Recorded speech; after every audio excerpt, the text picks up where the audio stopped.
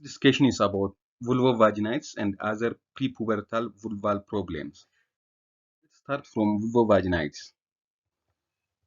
It is normal for newborns to have a mucoid white vaginal discharge, which usually resolves by age of 3 months. Even vaginal bleeding is there in the first week of life, and it is also normal and results from withdrawal of maternal estrogen.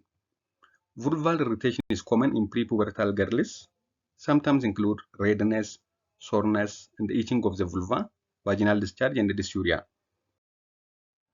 It occurs due to the thin, unestrogenized vaginal mucosa and a more alkaline pH. This is caused by excessive moisture. This might be due to synthetic clothing, tight clothing, and swimming clothes, and also obesity. Irritants or washing genital area of the baby with soap, bubble baths, and antiseptics, and also poor hygiene in especially in toilet trained or before toilet training, and also toileting habits can predispose for this. Other causes to consider for persistent problems include infection with group A streptococcus and also Gardnerella, other respiratory or gut flora. The other is threadworm infection, and also foreign body, sexual abuse, and dermatologic problems such as eczema, lichen sclerosis, or psoriasis.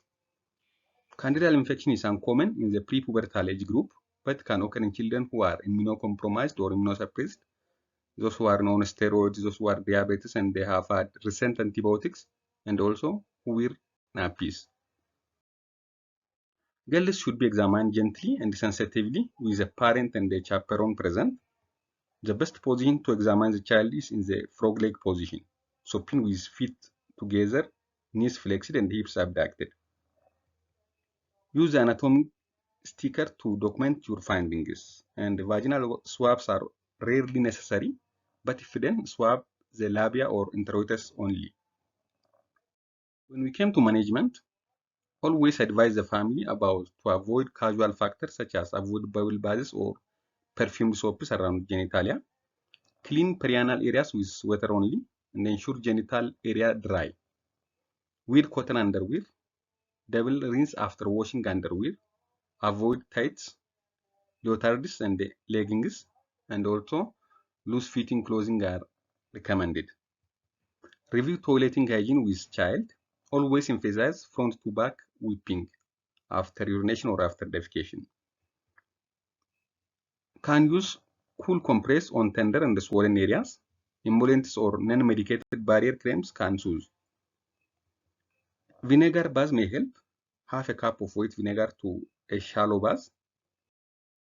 For persistent vulvovaginitis, consider threadworm infection if a perianal or vulvar itching is a major symptom.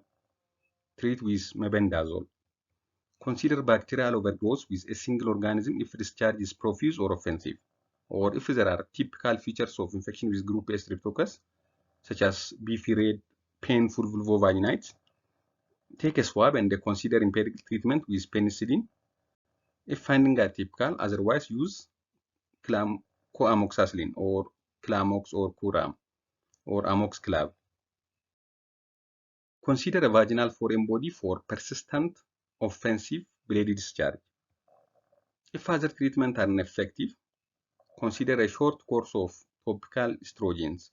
And also, if a baby is too young to have vaginal candidiasis, give antifungal creams.